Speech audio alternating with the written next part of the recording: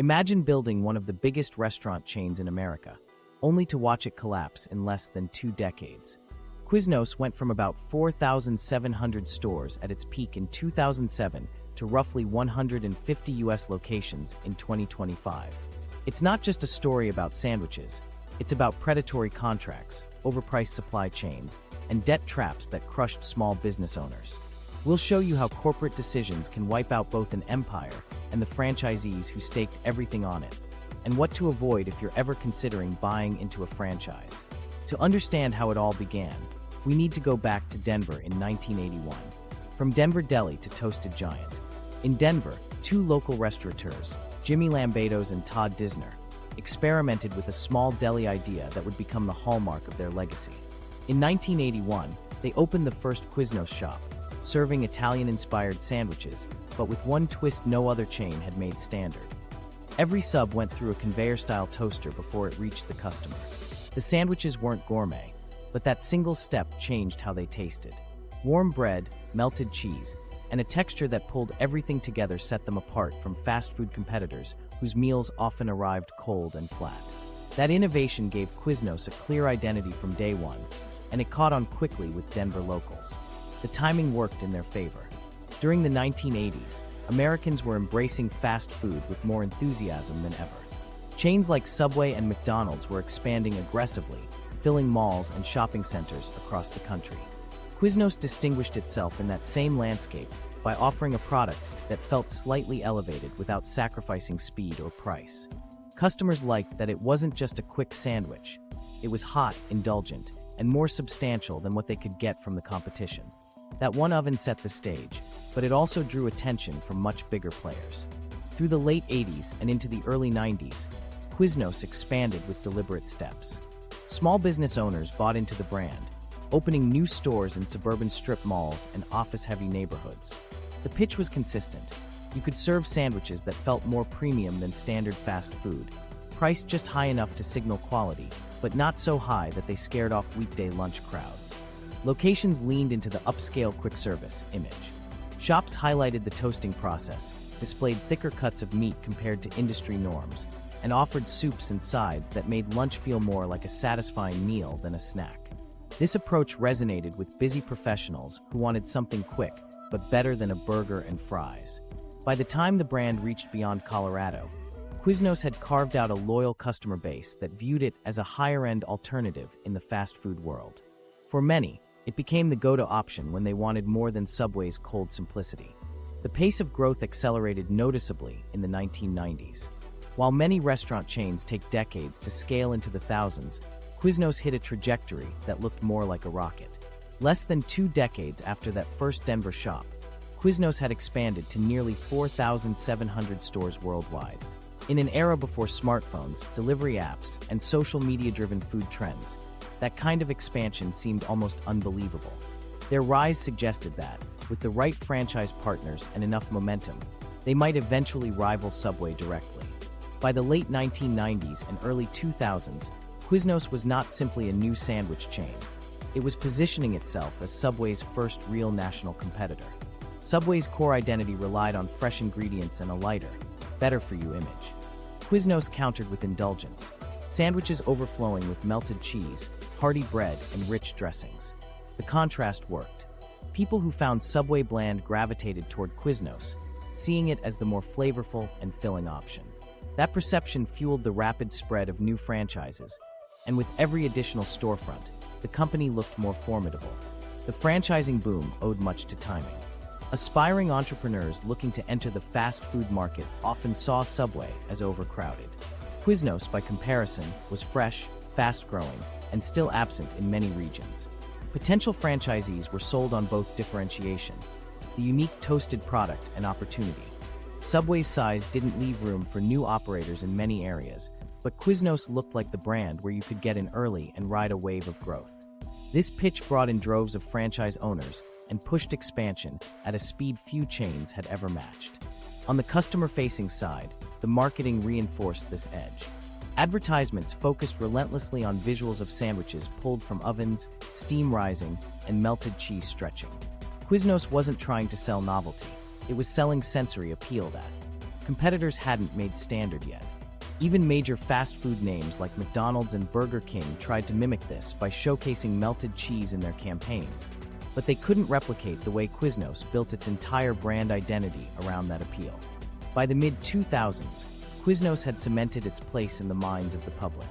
For people walking through malls or downtown centers, it wasn't unusual to see a Subway on one corner and a Quiznos just across the street. Fans of the toasted subs rarely hesitated, believing that Quiznos was the better option. Its servings looked bigger, tasted richer, and felt more satisfying than Subway's pared-down offerings. During these years, industry analysts speculated openly about whether Quiznos could one day surpass Subway as the leader in fast subs. The brand's identity had been established with remarkable clarity. One idea, toasted subs, defined it entirely.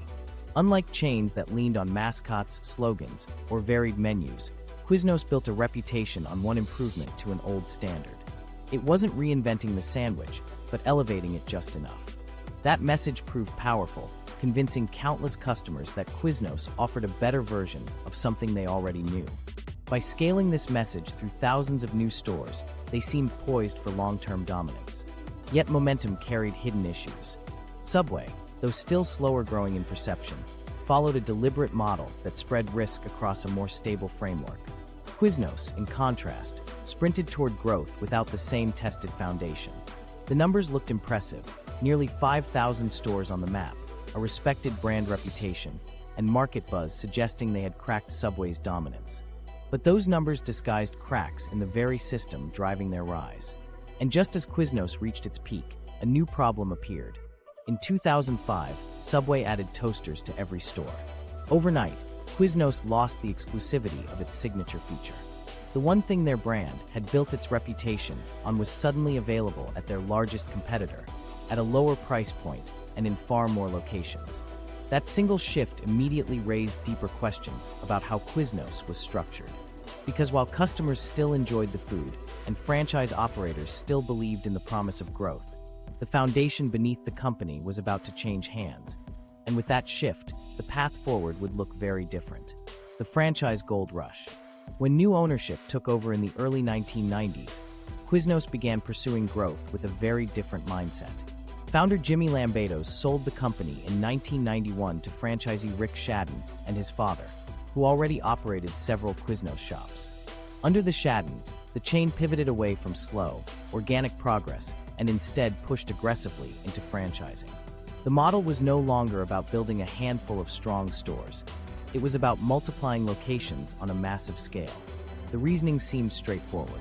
Subway had risen to power by selling thousands of franchise licenses, so the Shaddens believed Quiznos could do the same, just faster.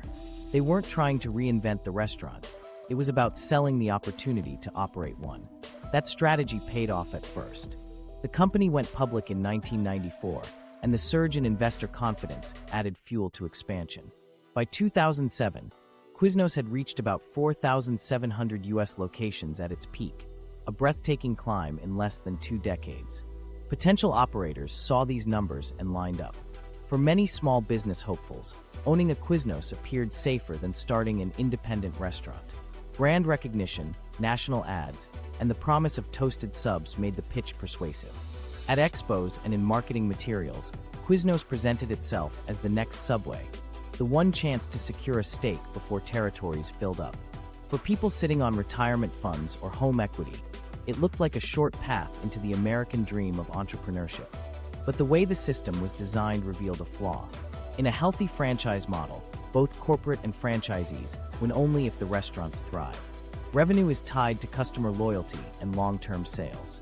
At Quiznos, the incentives didn't line up that way. The company made its money up front, franchise fees, royalties, and more importantly, through the supplies every store was obligated to purchase from distributors tied to headquarters. That meant corporate profits flowed whether or not an individual store survived.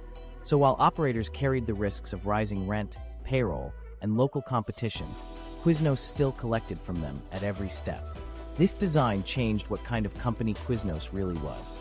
Instead of focusing on support systems, better training, advertising networks, or regional marketing, headquarters funneled energy into selling more contracts. The customer, they prioritized wasn't the person walking up to order a sandwich, but the franchisee willing to pay to open a store. On paper, each new contract meant growth. In practice, operators were left scrambling without much help once the doors actually opened. Early adopters still had reason to believe. Some locations launched strong, with lines out the door and crowded lunch rushes. Those success stories got published, shared, and promoted, keeping demand high. Enthusiasm built on itself. Each new franchisee thought they were part of a gold rush, stepping into a chain poised to dominate. And in those first few years, it looked as if many of them were right. But growth at that pace creates pressure points. As more stores opened, they began competing not just with Subway or local delis, but with one another. Corporate often allowed multiple QUIZNOS to open within the same neighborhood, sometimes within blocks. From headquarters' perspective, this wasn't a problem. Every store meant another round of fees. But on the ground, franchisees saw their sales divided by oversaturation. Their main rival wasn't across town. It was often just across the street. The financial structure only made this harder. Franchisees paid to join, paid monthly royalties, and paid inflated prices for food and paper goods from the corporate-controlled distributor. Even when demand was strong, margins were thin. A location could serve steady crowds and still struggle to turn consistent profit once all those layers of fees were subtracted. Some operators worked long hours without paying themselves, convinced the brand's growth meant their sacrifice would pay off. Others quickly saw that survival was precarious. This churn was built into the model. When stores closed, corporate didn't lose money. In fact, a failed location often created the chance to resell that territory to someone new. The failure of one operator became the opportunity for another to sign on. That cycle looked like growth on a chart, but masked the instability underneath. And as word spread among franchisees that operating a store was tougher than it looked, the optimism that had driven the boom began to sour. It was a paradox. From the outside, QUIZNOS looked unstoppable by the early 2000s. The toasted sandwich had gone from a quirky add-on to a nationwide trend, and Subway had been forced to respond by installing ovens of its own. For customers, this was proof of QUIZNOS' influence. For investors and potential operators, thousands of locations seemed to signal trustworthiness.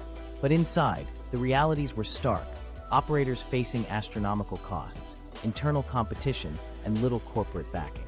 The gold rush period captured both the promise and the danger of QUIZNOS' rise. Entrepreneurs flooded in, hoping to build prosperity off a recognizable name. But the way the system was structured meant those hopes often collided with debt and disillusionment. Growth was undeniable. Stability was not. And while many believed they were joining an empire in its prime, they were instead stepping into a machine designed to extract value from them rather than secure their success. By the middle of the decade, maps of US locations looked impressive, with QUIZNOS seemingly on every corner. The chart of expansion was steep, the ads were everywhere, and to customers, the brand still looked vibrant. Yet beneath that image, the strain on owners was growing heavier. Every new franchise contract added to the appearance of strength, but also to the fragility of the system. That flaw wasn't just about too many stores or lofty fees. It went deeper, into the very way that QUIZNOS made its money. At the core of the model was a dependence on mandatory supply purchases, a system that kept headquarters profitable no matter how each store performed. That arrangement is what would transform QUIZNOS from a restaurant chain focused on subs into something far different, and far more damaging to the people who bought into it. The supply chain trap. QUIZNOS' entire structure leaned on one financial mechanism that worked well for corporate, but crushed the stores trying to operate under it. At the center was the supply chain deal every franchisee was required to accept. No owner could shop around, negotiate, or source locally. Everything, ingredients, packaging, even paper napkins, had to flow through American food distributors, a company tied directly to QUIZNOS corporate. On the surface, this was presented as a way to keep standards consistent. In practice, it locked operators into inflated costs from day one. Because there was no freedom to buy elsewhere, margins were worse before a store even opened its doors. A nearby deli could buy produce and meats at wholesale prices, while a QUIZNOS owner was forced to pay significantly higher rates, even for basic items. Selling sandwiches for $6 or $7 didn't guarantee profit. It often just covered the overhead tied to headquarters. No matter how many customers came through, the math tilted against the franchisee. This model reversed what franchising is supposed to deliver. Normally, operators pay royalties in exchange for clear benefits: marketing assistance, strong branding, and access to bulk supply discounts negotiated at scale. Instead, QUIZNOS stripped out the benefits that would have helped owners stay competitive. Not only did they owe royalties on sales, but they also watched extra dollars stripped away through markups on distribution. Corporate collected revenue whether a store thrived or failed. For owners, there was no practical route to improve the situation. Costs were fixed by contract. Flexibility didn't exist. Even weeks with strong sales couldn't offset ingredients priced higher than industry norms. The squeeze was felt daily, and the perception among customers made it worse. Subway, with a more optimized supply chain, could sell sandwiches at a lower price point. To many buyers comparing menus side by side, QUIZNOS began to look expensive. That impression wasn't caused by local greed. It was built into the structure of the business itself. As the franchise count expanded, the pressure on suppliers and the leverage against operators only grew. Instead of using scale to negotiate better costs on behalf of owners, the parent company leaned harder into the system of inflating prices through its distribution arm. Each tomato, loaf of bread, or box of napkins transferred money back to headquarters instead of staying in the store. For operators, it meant that no matter how well they performed, they were always sending more cash upstream than competitors in the same market. Court filings and later reporting revealed the scale. At its peak, the distribution operation tied to QUIZNOS generated hundreds of millions of dollars annually. That wasn't revenue from selling sandwiches. It was money pulled from the franchise network itself. The financial consequences were visible in the fundamentals. A single QUIZNOS store might gross several $100,000 per year. But after royalties, high supply costs, payroll, and rent, the supposed profit margin could evaporate. What should have provided a decent salary for an owner often turned into debt or unpaid bills. The outcome wasn't reinvestment in staff or equipment. It was corners being cut in desperation. Behind the counter, the impact was clear. Many franchisees couldn't afford enough workers during peak hours, so service slowed. Training was thin because extra payroll wasn't possible. Equipment broke and went unrepaired, leaving ovens unreliable or refrigeration inconsistent. Standards slipped not because owners didn't care, but because there wasn't enough cash to maintain them.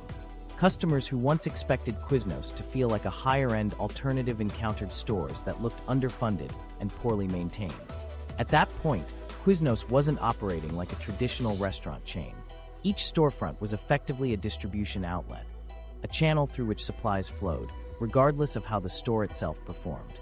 If a location was busy, corporate profited both on royalties and on supplies. If it was slow, corporate still profited at least once. For franchisees, there was no equivalent upside, only the possibility of keeping their head above water for another year. Owners tried to adapt. Some raised prices to cover the inflated costs, hoping loyal customers would stick with them. But a sandwich $1 or $2 higher than the equivalent Subway or Jersey Mike's Choice gave many people pause. Head-to-head in the same strip mall or food court, QUIZNOS carried the burden of higher menu prices, a direct result of headquarters' supply chain model. Even with food quality on their side, higher pricing in a competitive market drove customers away. Franchisees grew frustrated and, eventually, combative. Lawsuits claimed that the arrangement made profitability impossible. Operators alleged they had no genuine path to sustain themselves, regardless of effort. Unlike systems that seek long-term partnerships with owners, QUIZNOS appeared to treat each signed contract as the true sale. If one owner failed, corporate could find another to take the spot, restart the store, and continue feeding the supply operation. The risk stayed fully with the operator. The imbalance became visible in lending statistics, too. Analysis of SBA-backed loans later compared success rates across restaurant franchises. QUIZNOS franchisees showed default rates many times higher than Subway's, evidence that these stores weren't just unlucky, but were systematically disadvantaged. For lenders, it was a warning sign. For families that had sunk their retirement funds or mortgages into stores, it was devastation. Those who stepped into ownership often did so imagining they were buying independence. In reality, many discovered they had entered into a rigid arrangement closer to indenture. They worked exhausting hours, invested personal savings, and still watched most of the profits siphoned away too. cover fees, and overpriced supplies. Success stories existed but were rare, and even they faced constant financial strain. By the mid-2000s, this reputation had spread widely among franchise operators. QUIZNOS was no longer seen primarily as a symbol of growth and opportunity. Instead, it was viewed as a system tilted toward corporate enrichment at the expense of local success. The toasted sandwiches still appealed to customers, but the aura of a partnership-driven franchise had been stripped away. More and more, the brand was remembered for trapping owners in a business that took more than it gave back. That shift eroded trust not only between corporate and franchisees, but also between the public image and the internal reality. On the outside, QUIZNOS advertised innovation and indulgence. Behind the counters, operators ran on slim margins, cut costs wherever possible, and hoped the next month wouldn't end in closure. This was the stage when QUIZNOS passed from being a growing challenger to a struggling brand weighed down by its own systems. While customers continued to enjoy their toasted subs, competing chains found ways to expand without forcing owners into the same kind of fixed losses. The survival of QUIZNOS stores hinged on a business model that often left owners hanging on by a thread, while rivals were building on steadier ground. Competitors play it smarter. While QUIZNOS locked itself into a high-cost system that drained operators, its competitors were laying out strategies built to last. Jimmy John's, Jersey Mike's, and Firehouse subs all grew in the same fast-casual surge of the late 1990s and early 2000s, often battling for the same lunch crowds. But unlike QUIZNOS, they avoided burning their partners out with inflated expenses or reckless expansion. Their choices underline the difference between chasing quick wins and building foundations that can carry a chain decades into the future. Jimmy John's is the clearest example. While QUIZNOS stretched its identity around ovens, variety, and heavily marketed premium offerings, Jimmy John's stripped the idea of a sandwich down to its simplest moving parts. Bread, meat, cheese, basic toppings, assembled quickly, delivered even faster. The menu barely changed for years, avoiding the trap of constant limited-time experiments. Because workers didn't need specialized training to run kitchen equipment or execute complex recipes, stores could hire and scale staff easily. Lower overhead, fast service, and predictability for customers all reinforced the same advantage: stability. Stores opened slower than QUIZNOS, but the model gave franchisees actual margin to survive, which meant fewer failures. Jersey Mike's chose another path, grounding its appeal in visible quality. Their standout became the hand-slicing of meats and cheeses behind the counter, something every customer could see. It was theater that doubled as proof of freshness. Just as important, corporate growth was steady and intentional. Locations weren't piled on top of each other in crowded markets, and franchisees were supported with tools to market locally. The national image grew from the strength of individual operators rather than sheer numbers on a map.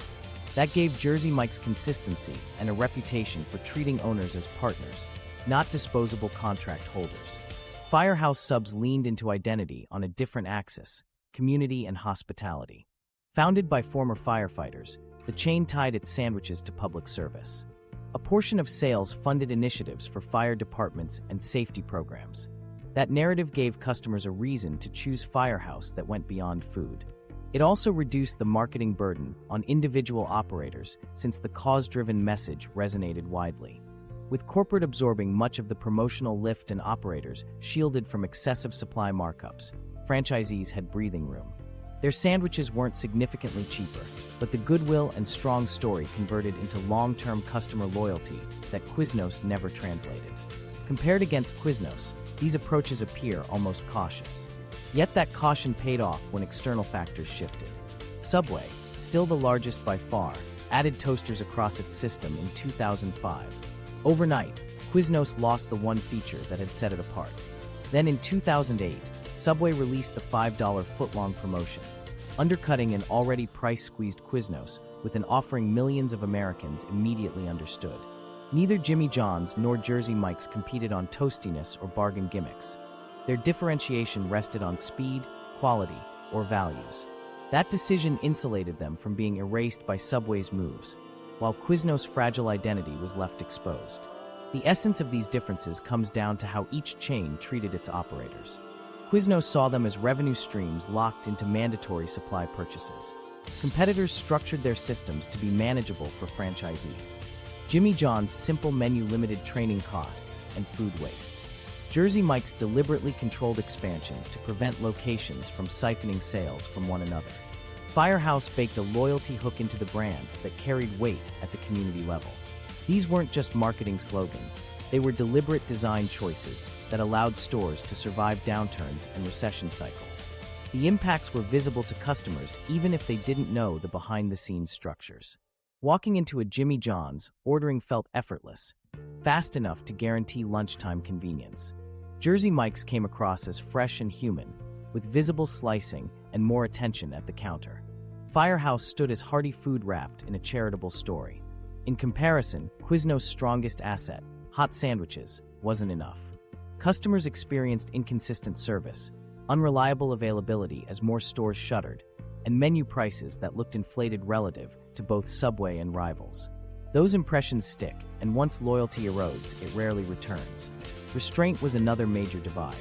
QUIZNOS expanded at breakneck speed, packing certain neighborhoods with overlapping stores and prioritizing franchise fees over long-term survival. Jimmy John's and Jersey Mike's deliberately avoided that mistake. Territories were protected, reducing the fear for franchisees that another store would open a block away. That measure gave owners a chance to establish regular customer bases and stabilize finances before a new competitor could arrive. Even Firehouse's slower trajectory reflected this, growing at a reasonable pace and leaving operators more secure. QUIZNOS treated density as gain. The others treated territory integrity as necessary protection. When macro conditions tightened in the late 2000s, the divergent outcomes became clear. QUIZNOS' high costs left owners with little flexibility when revenue dipped. Fewer customers or tighter spending habits quickly forced closures. Jimmy John's, with a stripped-down system, had operating costs lean enough to weather dips with lower pain.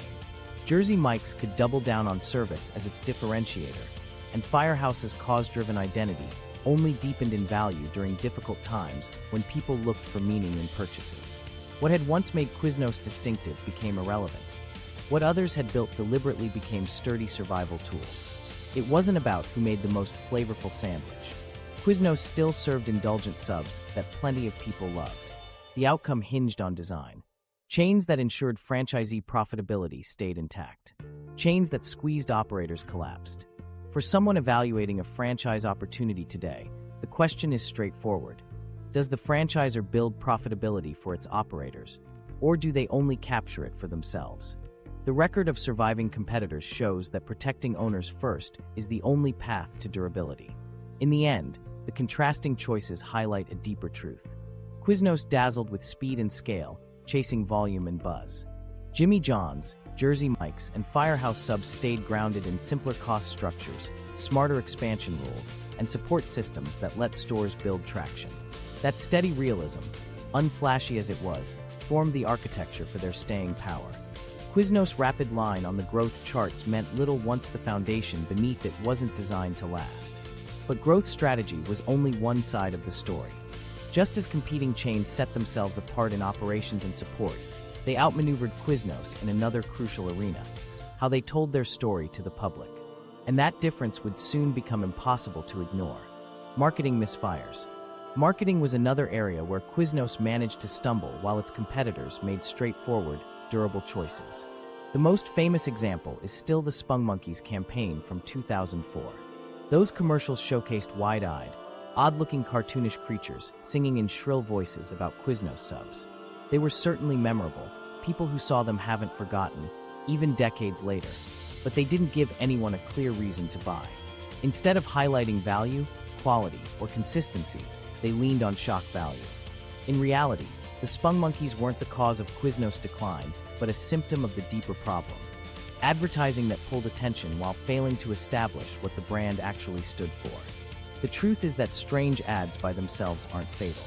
Fast food chains have a long history of using humor, surreal mascots, or outrageous themes to stand out. Burger King had its unsettling King character. Taco Bell used talking animals. Arby's ran peculiar food-focused jingles. What made QUIZNOS different was inconsistency. After one bizarre ad run, they'd swing to polished promotional spots about premium ingredients. Then, only months later, they'd pivot to coupon-driven campaigns pushing aggressive discounts. There was no continuity, no recognizable through line. Customers couldn't pin down whether QUIZNOS wanted to be the premium sub shop, the quirky offbeat chain, or the discount lunch spot. That drifting identity contrasted sharply with Subway's approach during the same era. In 2008, Subway launched the $5 footlong. It was brutally simple, a clear price point, a catchy repeating phrase, and a universal deal that rolled out across all locations. During a recession, when lunch budgets tightened, that clarity mattered. Customers didn't need a coupon, fine print, or explanation. They knew they could walk into any Subway and walk out with a filling sandwich for $5. Compare that to QUIZNOS' shifting messages, sometimes whispering premium, sometimes shouting discount, and the difference in strategy becomes obvious. Subway gave people consistency, QUIZNOS gave them noise. Franchise owners bore the burden of these decisions. When Subway's campaign hit, traffic surged through its stores. When QUIZNOS attempted to counter with coupons or price breaks, their operators often covered the shortfall.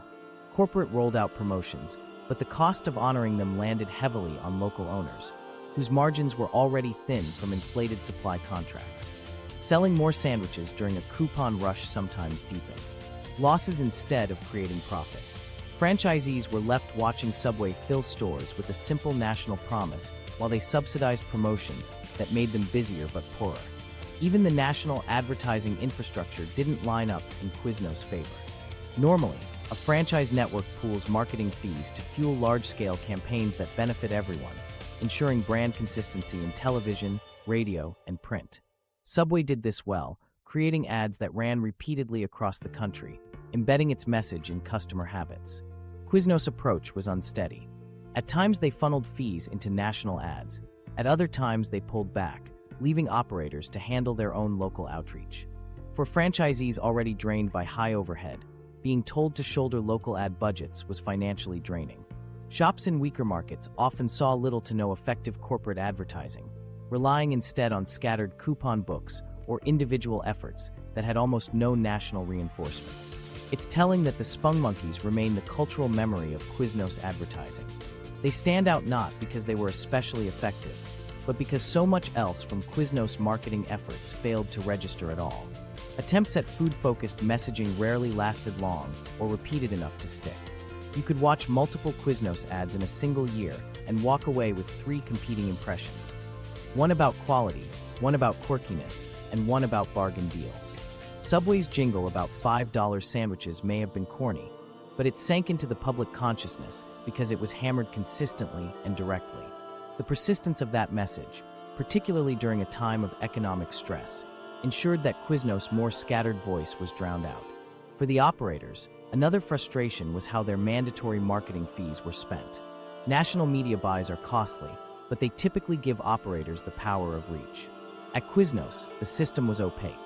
Owners paid in, but they often couldn't tell how or whether those funds translated into ad presence in their own area. What they did see were bursts of high-profile, but short-lived commercials like Spongmonkeys followed by long stretches without meaningful support. Franchisees stuck with $10,000 yearly contributions expected consistent coverage. More often they got inconsistency or confusing campaigns that didn't translate to sales. And when corporate rolled out deep discount promotions, the consequences could be punishing. Offers like 2-for-1 coupons or extreme markdowns might drive temporary crowds, but they stripped profit out of each transaction. Staff worked harder, food costs spiked, and the net result was a hit to local finances. Franchisees described hoping customers wouldn't actually use such coupons when they walked in, because honoring them was a financial setback. A busy store with poor returns proved more demoralizing than a slow day. The deeper failure behind all of this was brand positioning. At its beginning, QUIZNOS represented something distinct. Subs toasted to order, with heartier portions and a premium feel compared to Subway. If campaigns had consistently emphasized that identity across the years, they might have preserved market share. Instead, the swings from absurdity to couponing to premium claims muddied the waters. Customers stopped believing QUIZNOS had one clear identity to offer. For many, that uncertainty hardened into a simple perception. QUIZNOS cost more without offering a clear reason why. Competitors reinforced that lesson through much steadier messaging. Jersey Mike's leaned on its Mike's Way preparation and showcased hand-sliced meats. Firehouse framed its entire brand around firefighters and public service. Jimmy John's hammered speed and delivery reliability. None of these chains lit up the culture with weird puppets, but each repeated their core message until customers could identify them instantly. Quiznos' single defining attribute, toasted, was imitated by Subway in 2005. Once that advantage disappeared, advertising that had never settled on a permanent theme couldn't fill the gap. As time went on, Quiznos campaigns became weaker both in frequency and in reach. Corporate coffers ran thin, operators resisted paying more into a structure that gave minimal return, and the national presence shrank. The products themselves remained recognizable, but advertising no longer told customers why choosing Quiznos over Subway, Jersey Mike's, or Firehouse made sense. When ads did run, they attracted chatter more than they built habits. Customers smiled, laughed, or cringed at odd commercials, but they didn't switch loyalty or return week after week. By the late 2000s, this pattern had hardened into a major disadvantage. Competitors communicated reliable reasons to pick their food. Subway cemented value. Jersey Mike's emphasized fresh. Jimmy John's carried fast. Firehouse leaned on cause-driven. Quiznos tried too many slogans at once and left customers uncertain. Without that clarity, high menu prices and store-level struggles looked even worse. The failures in marketing weren't isolated. They linked directly to the discontent inside the franchise system. For the owners, being told to promote confusing campaigns while absorbing the financial hit only sharpened their frustration.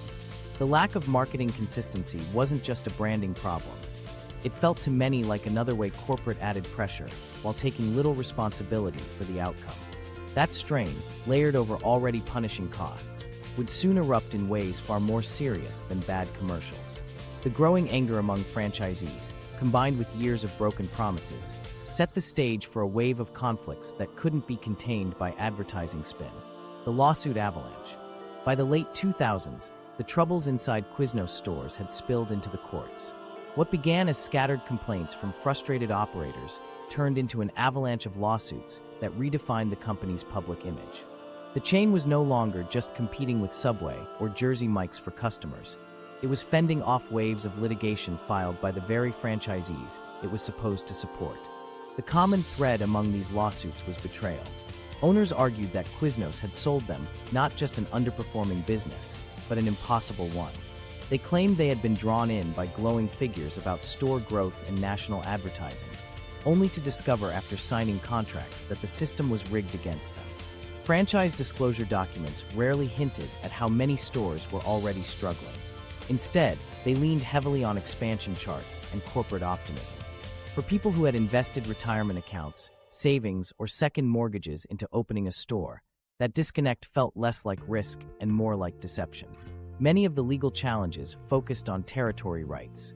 Operators said corporate signed new franchises into areas that couldn't sustain another store, sometimes within a mile or less of existing locations. The oversaturation carved already thin customer bases into fractions. Promises of protected markets, they claimed, were undercut by the contracts themselves, which left loopholes wide enough to allow corporate to resell the same neighborhood again and again. To franchisees, it looked like corporate was playing a shell game, prioritizing new fees over the survival of existing partners. Another flashpoint was fees beyond the already heavy royalties.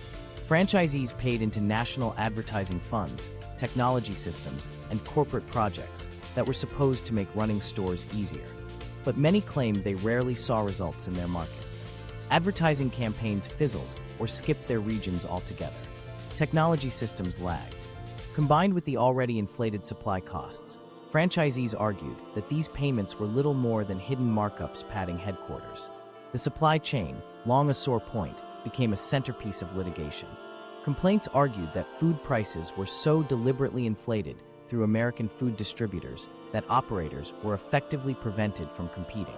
Bread, meats, even cleaning products, all had to flow through corporate at rates noticeably higher than open market prices. Stores that tried to source elsewhere were reportedly threatened with termination. Some complaints even used the word extortion, describing a system where owners couldn't operate except on headquarters terms, no matter how unworkable they were. But behind every clause and contract detail were real people whose lives unraveled. Many of the plaintiffs were middle-class families who saw franchising as their best shot at small business ownership. Some were immigrants who believed Quiznos offered a proven template for security in a new country. Others were retirees who poured pensions into what they thought was a safe venture. Lawsuit filings and press accounts are full of devastating personal notes. Families losing their homes, operators working 7 days a week alongside spouses and children, only to fold within a year or two. One case drew particular attention because of its tragic depth. In 2006, Bhupinder Bob Baber, a Quiznos operator in Long Beach, California, died by suicide after mounting financial losses tied to his store. His death was later cited in lawsuits as evidence of the severe psychological pressure franchisees were under. Reports described him as hardworking and devoted to making his location succeed, yet corporate costs left him with no path to break even. His story became symbolic of the human toll these systems imposed. It's important to note this respectfully. Baber's death should not be reduced to a single case study, but it underscored the broader reality. Owning a store under a system this rigid often meant operators felt cornered, financially and emotionally, with little support from above. By 2006 and 2007, the lawsuits were arriving in coordinated waves. Some were large class actions uniting hundreds of operators. Others were individual claims demanding compensation for fraudulent misrepresentation. In almost every region, franchisees were preparing cases against the same franchisor they were supposed to rely on. The unusual scale made headlines. It isn't rare for franchise chains to have disputes, but most are resolved quietly through arbitration. Quiznos, in contrast, was becoming publicly defined by litigation. The coverage shifted quickly. Where business profiles once described Quiznos as a growing alternative to Subway, headlines now carried words like fraud, bankruptcy, and franchise fights. For customers, this didn't just mean bad press, it added a stigma. Instead of being known for toasted sandwiches, Quiznos became associated with lawsuits, courtrooms, and financial ruin. That image damage reached potential franchisees too. People researching opportunities online found stories of collapsed life savings and collective suits. The gold rush that once fueled expansion shrank as candidates grew wary of buying into a brand constantly fighting its own operators. The legal fights drained resources that could have gone to repair the business model itself. Instead of dedicating capital to support, corporate was paying millions to attorneys and settlements. By 2010, the cases had piled into costly resolutions. The company had reached agreements to resolve franchise litigation with payouts totaling in the low hundreds of millions of dollars, a staggering figure for a fast food brand that relied on tight margins. Official statements often denied wrongdoing, but the money told its own story. Each payout drained liquidity while confirming to the public that the conflicts were serious enough to demand financial restitution. The implications for growth were immediate. Lenders took note of the legal tide and began pulling back. Once the lawsuits became public knowledge, financing a new franchise became significantly harder because the chance of default looked too high. Without fresh capital entering the system, Quiznos could no longer replace each failing operator with a new recruit. The turnover model, the churn of one store closing while another opened, began to sputter. The lawsuits weren't just expensive, they clogged the very pipeline that had fueled expansion. The most revealing aspect of this legal avalanche is what it showed about the system's design. These weren't isolated grievances or a collection of unlucky operators. They exposed a structure built to profit from franchise turnover, even if owners failed. By repeating this pattern across hundreds of families, corporate had engineered growth that wasn't sustainable. The lawsuits simply made the consequences visible to everyone at once. With hindsight, it's clear this was the breaking point where Quiznos began to unravel. Operational weaknesses might have been addressed, and marketing mistakes slowly corrected, but the credibility destroyed by fighting its own franchisees could not be easily rebuilt. Every newspaper story about courtroom defeats weakened consumer trust. Every settlement dried up the interest of new investors and lenders. By the time the dust settled, Quiznos had become a brand known more for litigation than for food. And while these legal battles consumed time and money, another kind of pressure was already tightening. Quiznos was carrying financial baggage at the corporate level that most customers never saw, a burden that would make recovery even harder. Debt, private equity, and the downward spiral. In 2006, Quiznos entered into a leveraged buyout, a move that transformed the company's finances in a way most customers never saw, but franchisees eventually felt. The deal brought in private equity investors who used borrowed money to purchase control of the brand, leaving QUIZNOS with hundreds of millions of dollars in new debt. On paper, the chain looked like a safe bet. Thousands of stores, a well-known brand, and momentum that suggested years of growth ahead.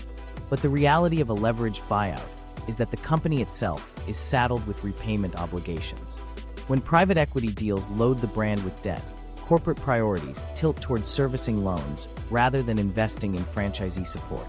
QUIZNOS was no exception. The impact was subtle at first. Stores still opened, toasted sandwiches still moved across ovens, and customers could still find ads on television. But at headquarters, the numbers told a harsher story. The company had already been straining under an unstable franchise system, thin operator margins, and an overpriced supply chain. Debt magnified these problems. Money that should have gone into renegotiating supplier contracts, expanding advertising, or building better support systems for owners went instead to creditors. Debt payments became as central to corporate life as sandwiches were to the stores. There was also an irony built into this cycle. The rapid expansion that had fueled optimism and convinced lenders to approve the buyout in the first place was now feeding the pressure that dragged QUIZNOS down. More stores required more oversight, more marketing, and more infrastructure spending. But in a debt-trapped company, new stores didn't create extra support. They created more costs on top of obligations that already couldn't be met. Growth, once the signal of future success, became evidence of instability piling up faster. Private equity deals are often sold as a way to inject discipline and financial muscle. At QUIZNOS, the heavy leverage left little in the way of strategic flexibility. Innovation required investment, but investment capital was tight. Rebranding required resources, but those resources were already earmarked for debt servicing. By 2007, QUIZNOS looked enormous to outsiders: global footprint, thousands of stores, and plenty of name recognition.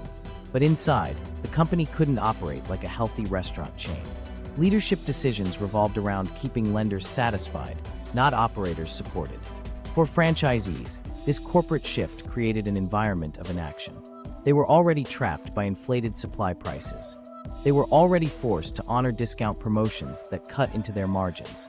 But where they might have expected support from better marketing, more territory protection, or system-wide improvements, they found silence.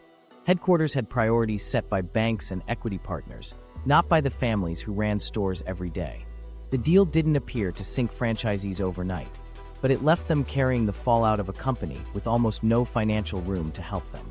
This created a contradiction that defined QUIZNOS in the mid-2000s. The chain was more visible than ever. Store counts neared 5,000 worldwide. Toasted subs were talked about across the food industry. Competitors openly imitated the toaster strategy.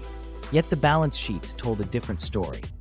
QUIZNOS was crippled by loan repayments, unable to redirect resources back to the people feeding customers. The empire looked solid on the map, but structurally it was hollow.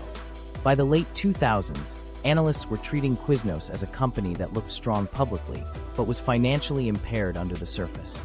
It resembled less a restaurant chain and more a debt management vehicle. Operators continued opening stores, ads sputtered on television, and momentum seemed outwardly alive. But behind the gloss, every month's first priority was lenders. The cracks in the foundation widened each year as money drained away without ever stabilizing the system. Debt's influence extended beyond finances. It altered corporate behavior. With billions in revenue on paper, managers should have doubled down on infrastructure, brand consistency, and long-term durability. But those priorities slipped when obligations took center stage. Leadership chose short-term fixes, chasing new fees, cutting reinvestment, and cycling through promotions designed to please creditors rather than customers. Instead of steadying a frail system, the leveraged deal guaranteed that store-level problems would deepen. It's worth noting that leveraged buyouts are not unusual in the restaurant industry. Under the right circumstances, they can fuel reinvestment, restructure inefficiencies, and even set troubled brands on a stronger path. But successful turnarounds require healthy fundamentals. QUIZNOS already had fragile finances and a strained franchise network. Adding, debt accelerated instability rather than curing it. The buyout left the company dependent on squeezing franchisees for cash while stripping away the basic flexibility it needed to survive recessions or competitive shocks. Efforts to fix the debt problem came later, but they proved too little too late. In 2012, Avenue Capital Group took a majority stake in QUIZNOS, stepping in to restructure its balance sheet and attempt a turnaround. But the brand had already lost too much ground. Store closures had eroded advertising funds, competitors had cemented stronger reputations, and franchisee trust was almost gone. The restructuring slowed the bleeding, but couldn't reverse the decline. By 2014, QUIZNOS' struggle became official. The company filed for Chapter 11 bankruptcy protection, reporting roughly $875 million in loan obligations on its books. That number marked the full weight of nearly a decade of leveraged financing and failed restructuring. Bankruptcies are designed to create breathing room, but by that point the damage was cemented. Thousands of stores had already closed. Customers no longer viewed QUIZNOS as a premium challenger, and operators who had once banked their futures on the brand were left behind in debt of their own. This outcome represented more than corporate mismanagement. It showed what happens when a company loses control of its priorities. Sandwiches and service should have been the lifeline. Instead, the lifeline was debt repayment. It was a shift from customer-driven decision-making to creditor-driven decision-making, and the cost was carried by operators who had little say in the matter. The leveraged buyout did not directly cause every failure within the system, but it locked the company into a spiral where each weakness amplified the next. High supply prices cut margins. Weak margins fed store closures. Store closures shrank advertising pools. Shrinking advertising weakened customer loyalty. With every step, franchisees felt the brand less able to help them, while lenders still demanded repayment no matter the outcome. The debt structure meant pain rolled downhill and relief never rolled back up. By the close of the 2000s, the picture was inescapable. One of the largest sandwich chains in American history, with thousands of stores at its peak, was already functionally incapable of recovery. On the surface, it was everywhere. But behind the surface, its obligations had transformed it into a company running out of time. It was in this fragile state, overstretched, indebted, and drained of resources, that the broader economic environment shifted. What followed would push an already struggling chain past the breaking point. The recession hits hard. When the economy turned downward in 2008, the strain on QUIZNOS' fragile model intensified almost immediately. The Great Recession reshaped consumer spending overnight, and restaurants across the country had to adjust. For QUIZNOS, already weighed down by thin margins, lawsuits, and corporate debt, the downturn removed what little breathing room was left. The chain still looked sizable, with more than 4,000 locations, but appearances hid the reality. Many stores had been breaking even at best before the recession. When consumer confidence collapsed, the math no longer worked. A modest drop in sales, which a healthier operator might have weathered, became destructive. Franchisees who had been covering rent and payroll with razor-thin profits found themselves in free fall. Within months, hundreds of locations closed, signaling a dramatic shift from growth into retreat. The recession didn't strike every fast food brand equally. Chains that projected clear value held their ground or even expanded. Subway, for example, delivered a unified message with its $5 footlong launched in 2008. Simple, affordable, and heavily marketed, it offered exactly what cautious customers wanted in the middle of an economic downturn. One predictable price point that stretched a lunch dollar. Families and office workers tied to shrinking budgets gravitated toward it. QUIZNOS, meanwhile, held higher menu prices and uneven promotions. A toasted sub that cost $1 or $2 more was no longer an indulgence many consumers could justify. The same feature that had once seemed innovative became irrelevant beside Subway's offer of a large, consistent, inexpensive sandwich.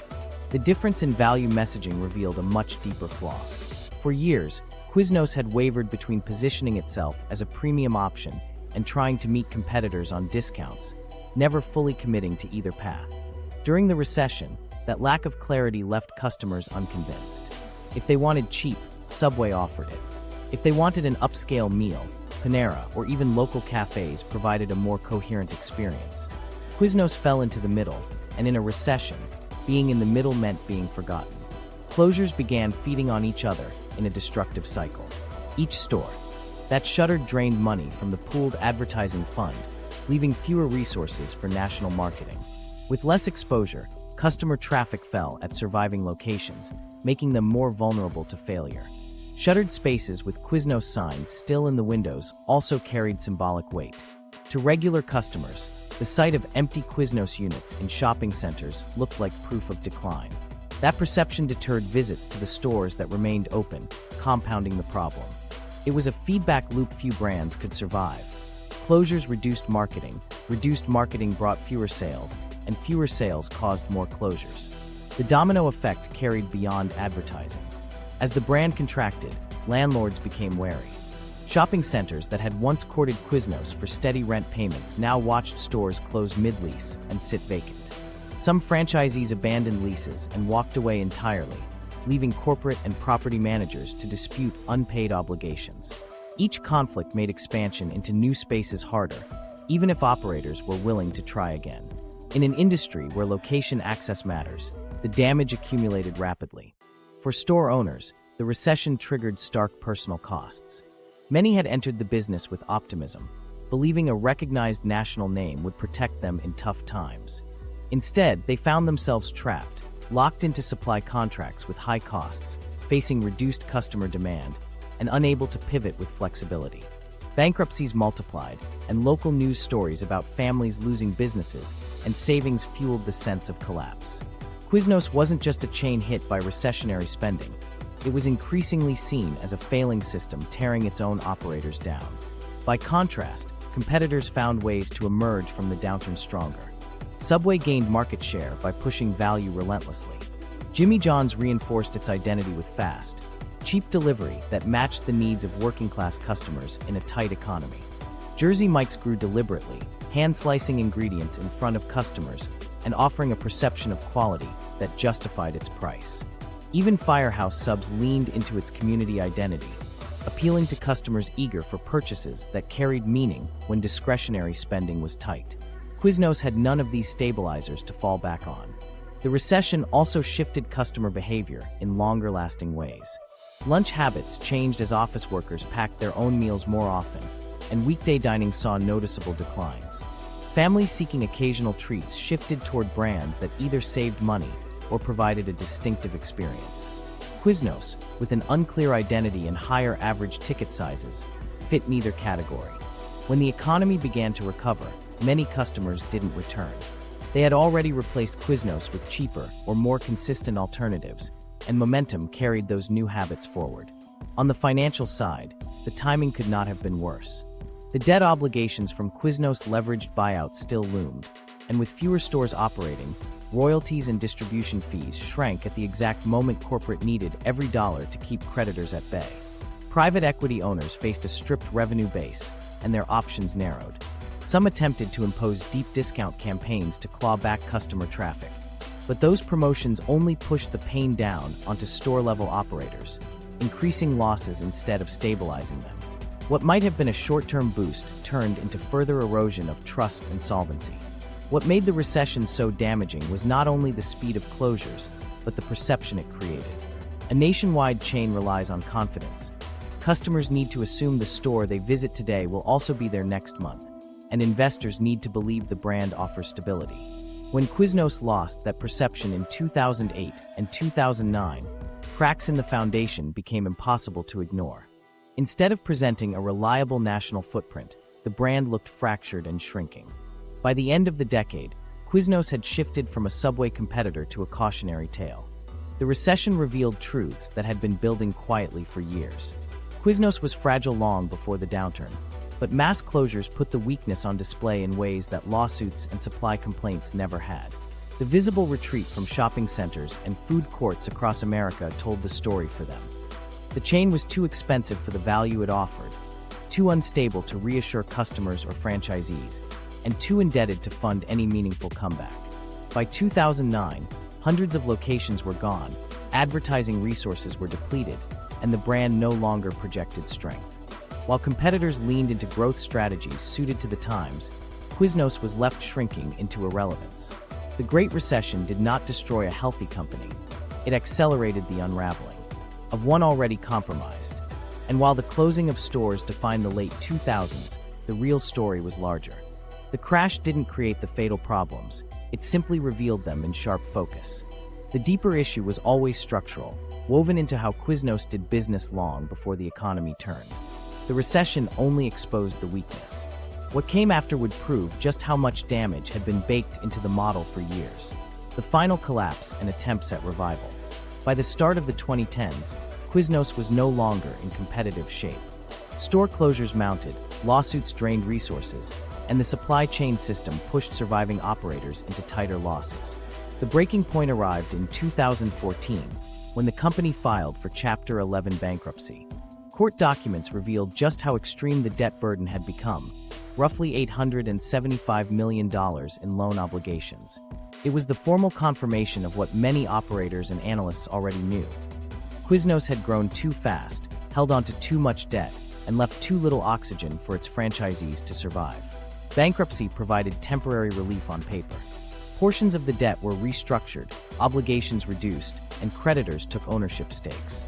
But while restructuring can reset balance sheets, it rarely resets brand reputations. For the average customer, Quiznos now meant decline. For franchisees, who had already battled inflated supply prices and unsteady leadership, the filing offered little optimism. The court-approved plan may have clarified liabilities, but it did not rebuild trust with the people who operated the restaurants. The years immediately after bankruptcy were defined by contraction. Locations that had once numbered in the thousands continued to vanish from malls, airports, and shopping centers. Walk through areas once dominated by Subway, Quiznos rivalries, and you would now see empty storefronts or replacement brands filling the space. From the outside, it appeared Quiznos was fading toward extinction rather than preparing for a comeback. Restaurant analysts debated whether the chain had a future at all. Some predicted a hollowing out to just a handful of franchised units. Others suspected complete disappearance within a decade. Quiznos did attempt to experiment with new concepts. Between 2015 and 2016, two prototypes were introduced.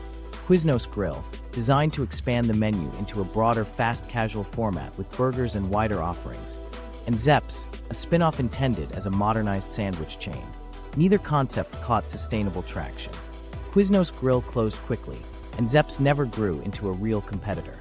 Both attempts underscored the difficulty of repositioning a wounded brand. When customer impressions are already negative, even ambitious experiments struggle to win attention. In 2018, change in ownership brought new hope. High Bluff Capital Partners, through Rego Restaurant Group, acquired Quiznos as part of a strategy to buy distressed restaurant brands and attempt structured turnarounds. The deal was framed as an opportunity to revitalize a business with high name recognition, even if its footprint was small. For High Bluff, Quiznos wasn't a nostalgic rescue. It was a balance sheet move, a gamble that an iconic but struggling brand might still have measurable value. The new owners promised modernization in both presentation and structure. Plans called for smaller, more flexible store designs, streamlined menus, and concepts such as Quiznos Cube, a compact kitchen format for busy urban environments. Marketing emphasized freshness and culinary updates, with sandwiches positioned to appeal to younger demographics. International partnerships also received attention, as markets outside the US had not been drained by lawsuits or heavy saturation. In theory, this strategy gave Quiznos something resembling a new direction. In practice, the hurdles remained extraordinary. Efforts to revive consumer interest included menu tweaks, seasonal items, and limited-time promotions. Some remodeled stores introduced brighter interiors with up-to-date fast casual aesthetics. But even with investment, regaining scale proved elusive. By 2019 and into 2020, US store counts continued to decline rather than grow. Surviving operators often held onto stores out of loyalty or low competition in their area, but few were opening new locations. Whatever optimism High Bluff had generated wasn't translating into expansion on the ground. The pandemic years compounded the difficulties. Brands that already carried momentum, like Jersey Mike's, which surged on delivery and strong franchise support, accelerated their growth. Subway, despite its own long-term challenges, remained massive in presence and exposure. Quiznos, operating from weakness, faced closures accelerated by lower customer traffic. A brand already struggling to protect margins could not absorb the shock with the same resilience as its competitors. By 2023, the picture was clear. Data, Aggregators reported the U.S. footprint had shrunk to around 145 to 148 locations, giving the brand less than 5% of the stores it had run at its peak. The public was reminded now and then of Quiznos through small campaigns or nostalgic mentions, but for most consumers the brand barely registered. For younger demographics, Quiznos had little identity at all. It was something parents might remember, not something to choose for lunch.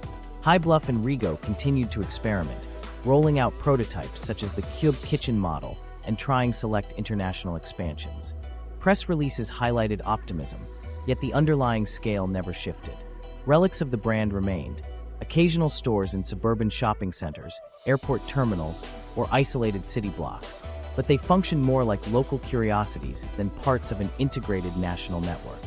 Quiznos was alive, but tenuously so. By 2025, Quiznos' position in the US was defined by math. A company that once operated nearly 4,700 stores now ran closer to 150. International licensing gave it a few hundred more scattered abroad, but the domestic business, the symbolic core of its empire, remained diminished. Without scale, Quiznos could not rely on the benefits of consistent advertising, strong franchisee pipelines, or the brand presence that drives modern fast food competition. What remained was recognition without relevance.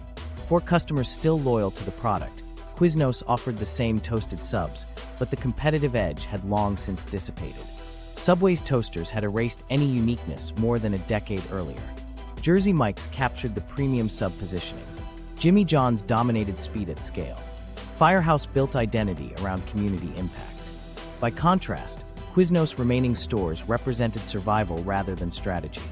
It was not that the food failed, it was that the systems failed, and the revival efforts never changed that reality. The chain's persistence carries some interest in business circles. How a brand so diminished can still operate despite losing 95% of its footprint. The answer lies less in strength and more in momentum. A few operators remain profitable in corners with little competition. Licensing deals provide trickles of income. But these fragments don't represent revitalization. They represent endurance, the ability of a brand to linger even when its central model has collapsed. To its credit, Quiznos avoided complete disappearance. The corporate restructuring of 2014 shed the worst of the debt. The 2018 acquisition cleared a lifeline for experimentation. But neither stage resulted in a true rebound. Instead, the trajectory stabilized into permanent smallness. The difference between failure and survival blurred. Quiznos was not growing, not competitive, but not quite gone. By looking at 2025, the verdict is straightforward. Quiznos today is a shadow of the empire it once promised. About 150 US stores remain in operation, far removed from the years when it stood as Subway's strongest rival. Investment groups can promote experiments and prototypes, but the market evidence is consistent. Quiznos is not reclaiming its past. It has been reduced largely to scattered outposts, sustained by nostalgia, local loyalty, or niche arrangements, but no longer a force in the fast food landscape. And that trajectory is what makes Quiznos so significant. The collapse wasn't just about missteps in advertising or debt. It showed what happens when the foundation of a franchise system works against its operators. That lesson is the part the industry has remembered, long after most customers forgot the sandwiches themselves. Lessons other chains learned. Quiznos' downfall became less a story about sandwiches and more a story about systems. The food wasn't the problem. Customers who remember its peak usually say the subs were flavorful, sometimes even better than rivals. What collapsed was the framework that held everything together. Instead of supporting store owners, the corporate model drained them through high fees, inflated distribution costs, and erratic marketing. That collapse didn't just reshape Quiznos' trajectory. It was a wake-up call for competitors, investors, and anyone looking at franchising as a path to business ownership. Other chains in the industry did not stand by idly. They tracked what happened, studied the cracks in Quiznos' structure, and reshaped their strategies to avoid the same traps. Brands like Jersey Mike's, Jimmy John's, and Firehouse subs grew through the same era, facing the same pressures, yet they resisted the temptation to copy Quiznos' aggressive shortcuts. They avoided stacking locations too closely together, refused to burden their operators with unfair contracts, and built reputations as dependable partners. The contrast made one thing clear. Quiznos wasn't just unlucky, It showed everyone else which mistakes to avoid. The first and perhaps most critical lesson was about contracts and fees. QUIZNOS buried franchisees under royalties and inflated advertising charges, then stripped away profitability further with overpriced supply mandates. On the surface, these fees made corporate numbers look clean. But on the ground, thousands of operators discovered they had little left after paying headquarters. Competitors noticed how quickly resentment spread in that environment.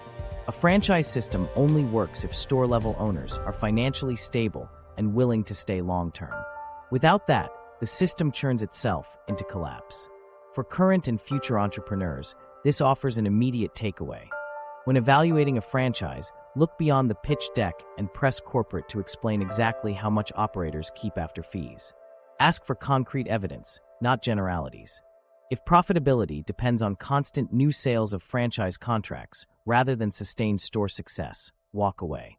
Supply chains provided another enduring lesson. At QUIZNOS, every operator was locked into American food distributors, where headquarters marked up basics like bread, meat, and even napkins above fair market prices. Corporate explained this as maintaining consistency, but in practice it became a siphon that bled stores dry. Many operators pointed out they could buy the same ingredients locally for noticeably less. Competitors understood the danger of this approach. Instead of turning supply into a profit stream, they used scale to negotiate better prices for franchisees. The healthiest chains today structure purchasing so that every new store brings costs down across the system, not up. For anyone considering a franchise, this is an important safeguard. Read the franchise disclosure document. If there's a clause that mandates a single supplier and no commitment to fair market pricing, take it as a red flag. That arrangement can make profitability nearly impossible no matter your efforts. The numbers confirmed how damaging this structure truly was. Analyses of Small Business Administration backed loans later showed that QUIZNOS-related loans carried significantly higher default rates than peer brands, a concrete measure that operating under their system was systematically riskier. For prospective franchisees, this reinforces another action point. Always ask for performance statistics before signing. Don't settle for glossy national averages or one or two cherry-picked examples. Push to see median unit volumes and failure rates, or better yet, connect with current operators to learn how many actually turn a profit. When banks begin warning about default risks tied to a brand, it's not just a statistical blip. It's a sign that something is fundamentally flawed. Marketing was another context where QUIZNOS revealed the cost of inconsistency. The chain became infamous for campaigns that flipped between discount coupons, surreal mascots, and premium quality claims. Customers never knew what the brand's core message was supposed to be. Competitors who watched learned that clarity mattered more than novelty. Subway cemented its $5 footlong branding across the recession years. Jersey Mike's leaned heavily into the Mike's Way preparation. Jimmy John's backed an identity of speed. Firehouse built campaigns around community service. None of these messages contradicted each other, and each could be repeated to create habit and loyalty. The branding lesson here translates directly into due diligence. When evaluating a franchise, ask whether corporate has a consistent, proven marketing theme or if they bounce from promotion to promotion. If the message confuses you, it will confuse customers too, and weak marketing lands. Hardest on operators who can't afford to subsidize wasted campaigns. Another key insight competitors absorbed was growth pace. QUIZNOS became the fastest-growing food franchise in its niche, but paired that speed with no foundation of stability. Locations piled into the same markets and immediately cannibalized each other's sales. Franchisees were promised untapped opportunities only to find competitors with the same logo 2 blocks away. Chains that studied this meltdown chose more measured paths. Jersey Mike's kept territories protected. Jimmy John's opened aggressively, but still prioritized operational simplicity to keep stores stable. Firehouse grew slower, trading speed for stronger foundations in community-focused markets. For franchise seekers, the takeaway is straightforward. Rapid growth can be a hazard signal rather than proof of strength. If new stores are opening everywhere but operators don't appear to be thriving, the system may be selling volume rather than building endurance. The dangers of expansion without infrastructure are especially relevant for investors and entrepreneurs today. On paper, a franchise spreading to thousands of units looks impressive. But QUIZNOS proved that growth without economic stability leaves a chain brittle. Once new sign-ups slow, the whole system begins crumbling. Business schools now treat this as a case study in misaligned incentives. Corporate relied on constantly recruiting fresh franchisees instead of ensuring existing ones thrived. When the recruitment slowed, the weakness was exposed. And for individuals weighing franchise investments, the practical action point is asking a simple question. Who benefits more from a new store opening, corporate immediately through fees, or the operator through long-term success? The answer reveals whether the system is designed to last. The ripple effect of QUIZNOS implosion changed how competitors framed themselves. Surviving brands didn't spend ads bragging about quality food as much as they emphasized being trustworthy partners. Franchise investors grew more skeptical. They demanded transparency in unit sales, evidence of repeat business, and promises of supply support. Corporate offices had to adjust to this new reality, presenting themselves less as aggressive recruiters and more as long-term partners. That wasn't just a branding evolution. It was survival logic born out of QUIZNOS' visible collapse. The principle stretched outside the restaurant world as well. Industries across franchising recognized the underlying truth. Extracting from your partners is a short-term game. In the long term, trust is the most important capital. Brands grow when operators can recommend the business to others, when success stories compound into momentum, not when contracts squeeze out every dollar up front. QUIZNOS played the extraction game until the system buckled under lawsuits, closures, and debt. Everyone else saw the warning. By the early 2010s and into the next decade, Jimmy John's expanded into spaces once vacated by QUIZNOS. Jersey Mike's built an identity around fresh appeal and pushed into markets with stronger backing. Firehouse deepened its charitable branding and found loyalty by tying every purchase to community impact. Each of these strategies demonstrated that avoiding QUIZNOS-style missteps could serve as an advantage. Where QUIZNOS offered caution, others found opportunity. But perhaps the most practical legacy involves what potential franchisees can do differently. If you are evaluating an opportunity, don't accept promises at face value. Read the franchising documents carefully for mandatory supplier rules. Confirm how marketing fees are spent. Ask to see financials from actual units in operation. Median performance, not outliers. Treat rapid expansion promises with skepticism unless supported by examples of long-term profitability in existing units. QUIZNOS showed what happens when partners don't verify. Due diligence is protection. Analysts and academics will continue to dissect QUIZNOS as a cautionary tale, but the enduring value lies in what prospective owners can take away today. These lessons translate into specific checkpoints. Check who controls supply costs, verify franchisee profitability with real numbers, gauge stability over raw speed, and remember that the franchisor's incentives must align with yours. The failures have already been paid for by thousands of operators. You don't need to pay for them again. If you're saving for a business or considering a franchise, these QUIZNOS lessons are a checklist.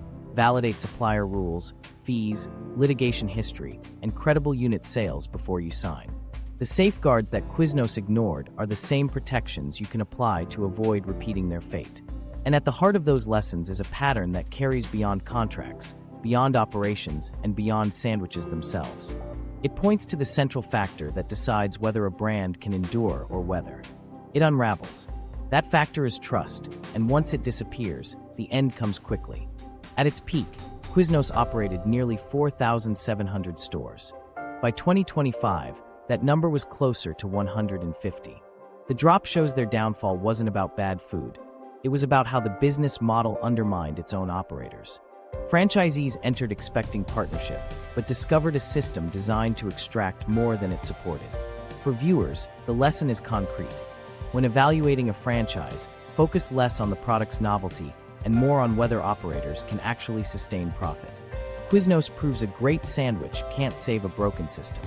If you're thinking about a franchise, drop a comment with what you'd check first. I'll highlight the best questions to ask in the pinned comment. QUIZNOS shows that a great product alone can't save a broken business model, and that's something every investor and entrepreneur must learn before the money goes in.